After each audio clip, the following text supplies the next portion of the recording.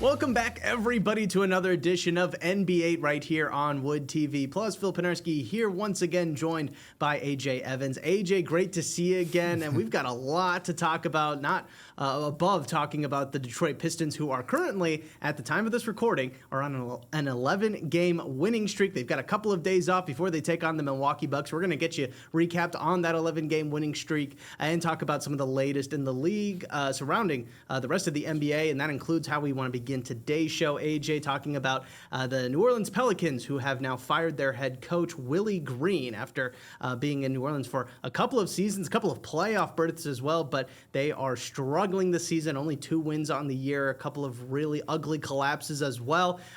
Initial thoughts to the firing of Willie Green. You know, I've always really liked him as a coach. I really liked him as a 2K player as well back in the day when he was playing in the NBA. And, you know, again, they made it to the playoffs a couple of times. I feel like he was getting the best out of really this current roster. They do have some stars, but again, injuries have gotten in the way and some really poor drafting as well, which he really didn't have a whole lot of control over. For sure. Yeah, it's very disappointing, but ultimately it's not surprising, Phil. I think at the end of the day, the NBA is a results-based business, and the Pelicans have gotten off to a pretty bad start this year.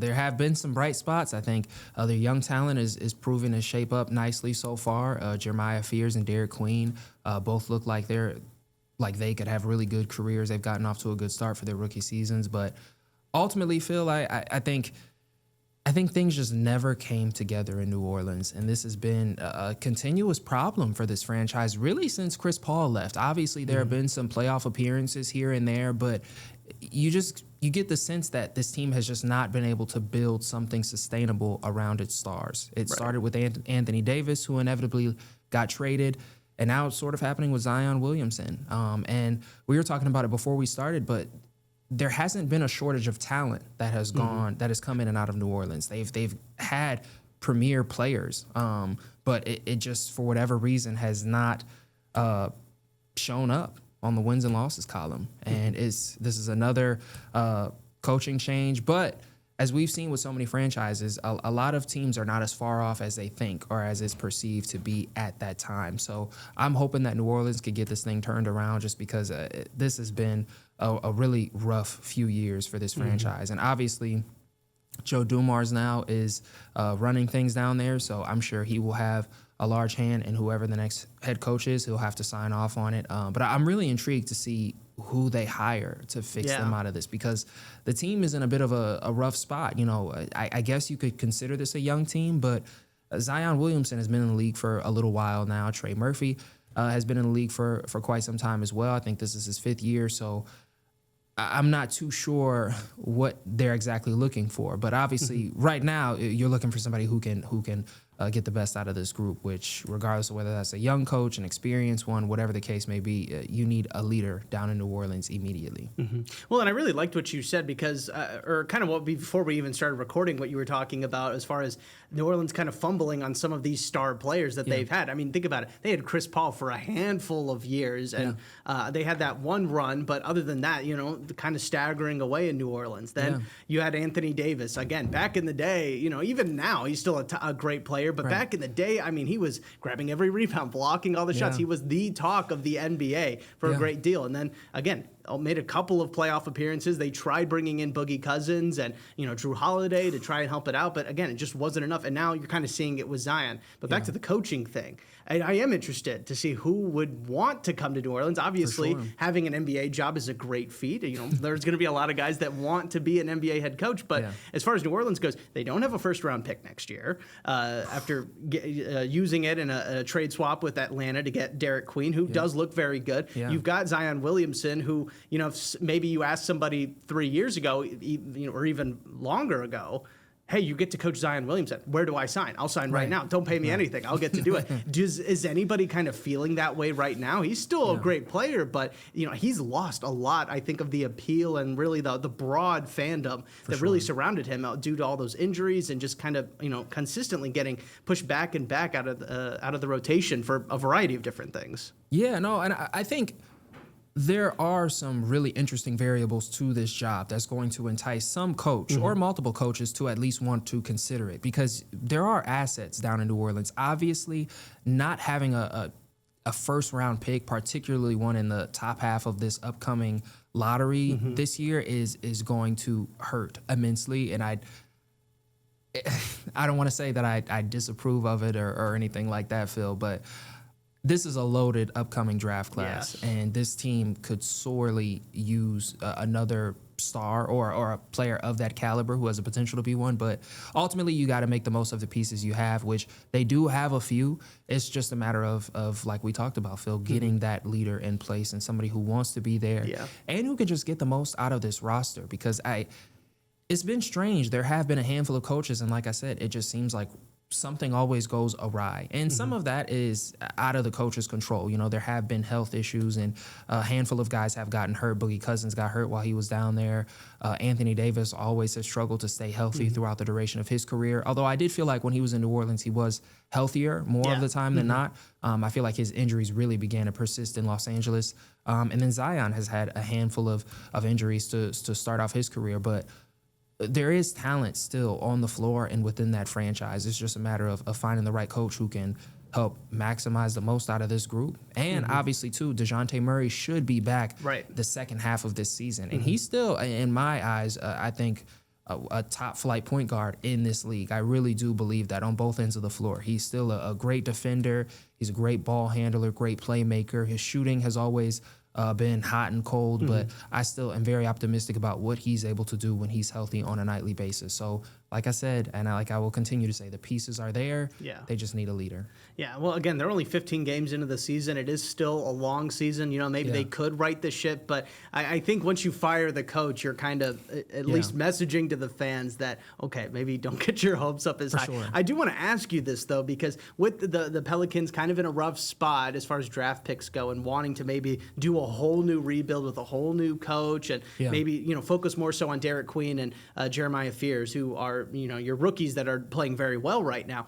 Do you trade Zion? Do you think that maybe there is a market out there for them? And, you know, especially with this loaded draft class coming up, it might be the smart move to see if you can even get maybe one, possibly two, or even 3 first-round picks. Absolutely. I think you absolutely do it. I think you have to at least consider it. Right. I think you have to, because like you said, the return could ultimately prove to be too much to turn down. Look, everyone knows how great of a player Zion is individually. Everyone knows what he brings to the floor. I don't think there's another player in the league outside of maybe LeBron who possesses the level of size and athleticism that he does. And I think he uses it extremely well.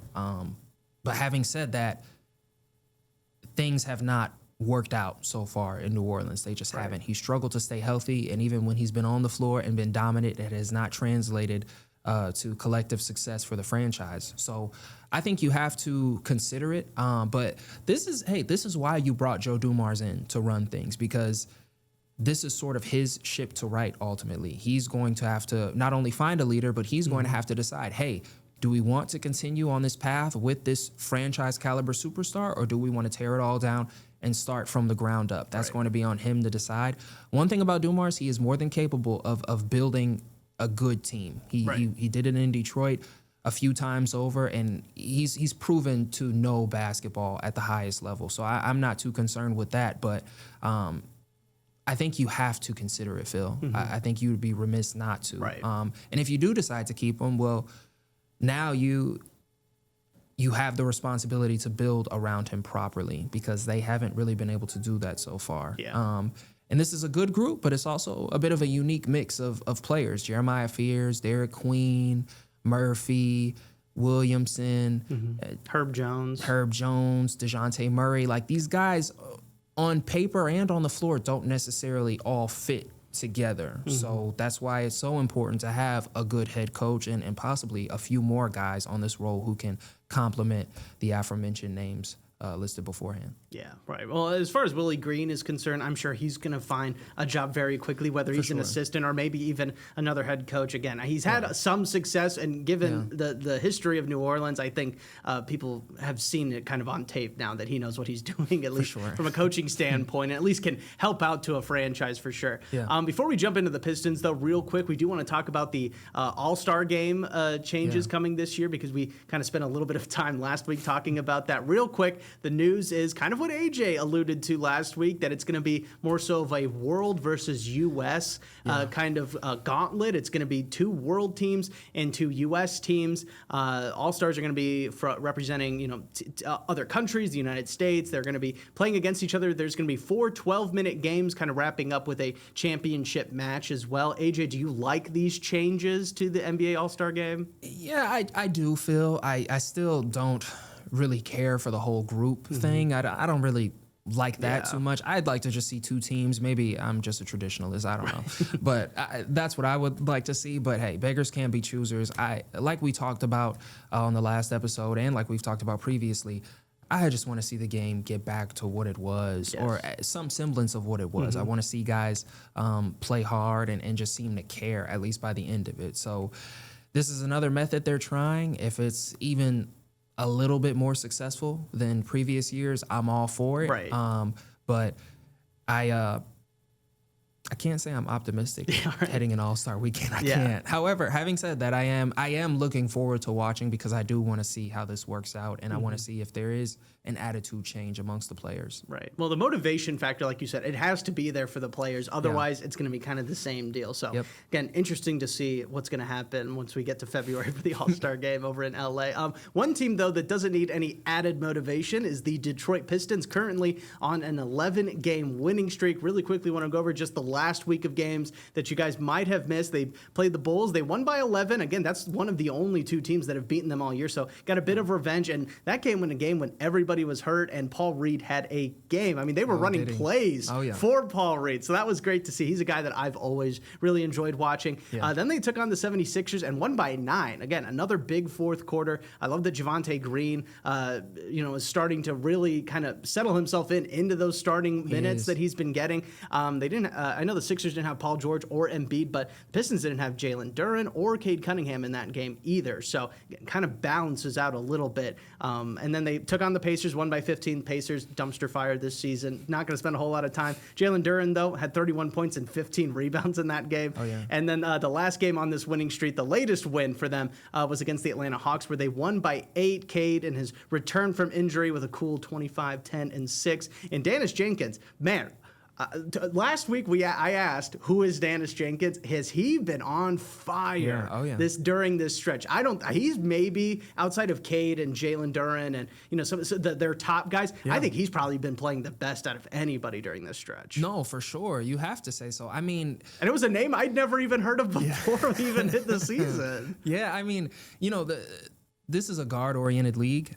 In order to win games on a nightly basis, you have to play through your guards, and you need production from them. Obviously, you need different forms of it. Some teams require more playmaking, shooting, this, that, and the third. But at the end of the day, Cade Cunningham missed a few games, and this team was fine. And that's obviously not sustainable. This team plays through Cunningham so much, but it's a testament to what Jenkins is able to do.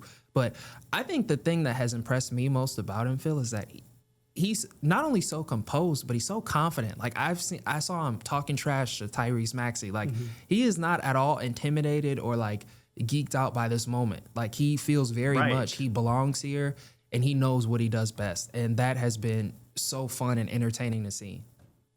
Absolutely. And, that is the one thing that it's so enjoyable to watch a team. I'm talking from experience as a Grizzlies fan right now. They're not fun to watch, not just because they're losing, but it's because they don't seem to really be trying hard. They don't want to be out there. They know they're going to lose. It's kind of like a done deal before tip-off even. The Pistons, completely different story. Everybody from the top guy, Cade Cunningham, to the guy who's moving off the bench when everybody's crowded on there.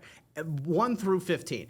Everybody on that bench is ready to go at a moment's notice. They are, they've got their laces all ready to go. They are ready to hit the paint. They are ready to hit the floor. They're ready to play defense, grab rebounds. Yeah. And it's just so refreshing to see, especially when people who don't really watch the NBA, that is their one criticism, is that the players don't care. Yeah, for sure. No, absolutely. And I think one of the coolest things to see this season has been, I know, Phil, you know this, when you see a top flight team like the Warriors or like the Cavaliers beforehand, teams that did well into the postseason, it almost didn't matter who they put out on the floor. The Spurs were also a franchise like this for many years. It didn't matter who they put out on the floor.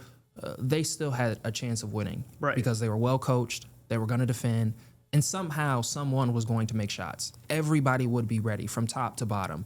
And the Pistons seem to have that right now. That's what it feels like. Like you said, even with Cade Cunningham, Jalen Duren out, even with Asar Thompson missing time, it didn't make a difference. You still had guys who were ready, willing, and able to step in and do more than what was expected of them. And that's been awesome to see. I've really enjoyed it. Jalen Duren has taken a huge step. His arsenal and his offensive repertoire just continues to expand. Like I don't know if you saw, there was a game. All the wins are blending together, but there was a game. He grabbed a rebound. I think passed it, got it back, went between his legs, behind his back up the floor, stopped at the elbow, the right elbow, and pulled up and made a mid-range jumper like it was nothing. It's been so cool to see how it's just his offensive game has continued to expand. His ball handling is better. His touch is getting better. The confidence is there. It's there, and it's at 100% right now. And I think the rest of this team is feeding off of that, and what Cade is obviously bringing to the table. But yeah, these guys are more. They're playing at an extremely high level, and they're defending well. And I think that's the biggest thing. Their offense is really, it's been great, but this is not a team that has, one of the top 5 offenses in the league or anything, but they have the second best defensive rating behind the Thunder in the NBA as of right now. And everyone, like you said, from top to bottom is defending. Cade Cunningham is carrying his weight. Everyone is. It's a non-negotiable if you step on the floor in a Pistons uniform. Yeah. And I think, again, it's just great to see. And, you mentioned the Thunder. That kind of begs the question. The Pistons have the second best record in the league right now behind only the Oklahoma City Thunder. But just given what we've seen from both of these teams so far, I'm going to try and keep the Michigan bias out of this. But it's hard not to pick the Pistons as maybe the best team in the NBA. I know the Thunder, obviously, reigning champs. They deserve their respect. They are a great, phenomenal team top to bottom just as well. But seeing what Detroit's doing in a night in, night out basis and the level of competition they're doing it against, I don't know. I personally would put Detroit as the best team in the league right now. Yeah, man. I mean, I think they certainly have a case. I think you're kind of just nitpicking on what you prefer when it comes to both of these teams. I think some might argue that the Thunder may have a few more shot makers, I guess, at like the end of a possession. But hey, I think Jalen Duren, Dennis Jenkins, and the rest of these guys have something to say about that, with the way that they're playing. So yeah, it's just been so cool to see, Phil, especially like we talked about it earlier this morning, where this franchise was 2 years ago. Absolutely. 24 months ago, Little Caesars Arena was reverberating with chants of sell the team. And people were very, very frustrated, and tensions were as heightened as they had been in years. And to see this team with a very similar core make it to this point, and be at the top of the Eastern Conference, having won 11 games straight, it's remarkable. So I'm just enjoying the ride, and I think this team has a lot of really good basketball left to play, Phil. Yeah. No, and the one really sad part about the whole Pistons-Thunder debate is the fact that we're not going to see these two teams play each other until February 25th. Yeah. Can you believe that? Oh, yeah.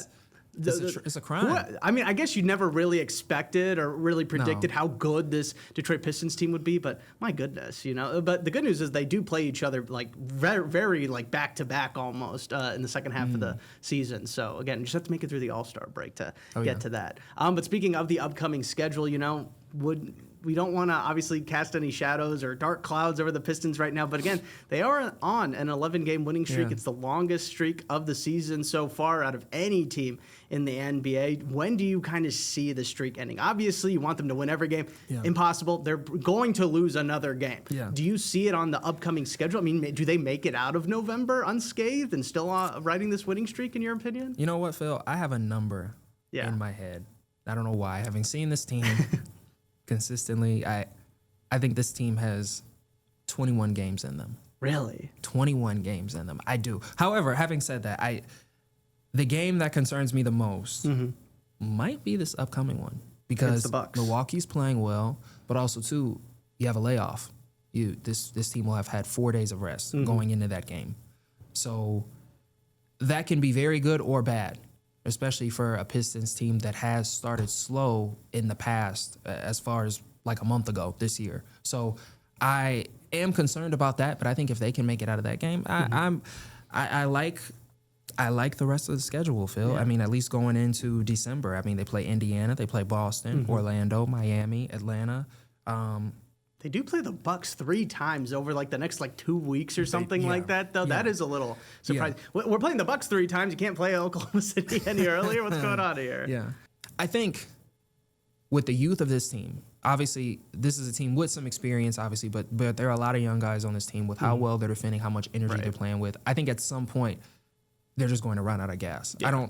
I don't think there's anything that I can pinpoint that they're necessarily doing wrong, so to speak. I would like to see them make a few more threes, but I do think that at some point they're just going to give out and it's going to result in a loss because they're just playing at such a high level, and you almost wonder if they're at a point where they're kind of just playing off of energy and fumes, you know. But they do have a long layoff, like I said, so I'm sure this rest is much needed and well deserved. But yeah, I feel like I could see it going to 20-something games. Yeah. I mean, definitely wouldn't be surprised if they, because it's just the way they play basketball that it's winning basketball. You know, they're hitting shots. They everybody on that team knows their role. And again, like you said, they're playing great defense. Defense wins championships. Would not be surprised if this streak went really, really long. But how long do you think, Phil?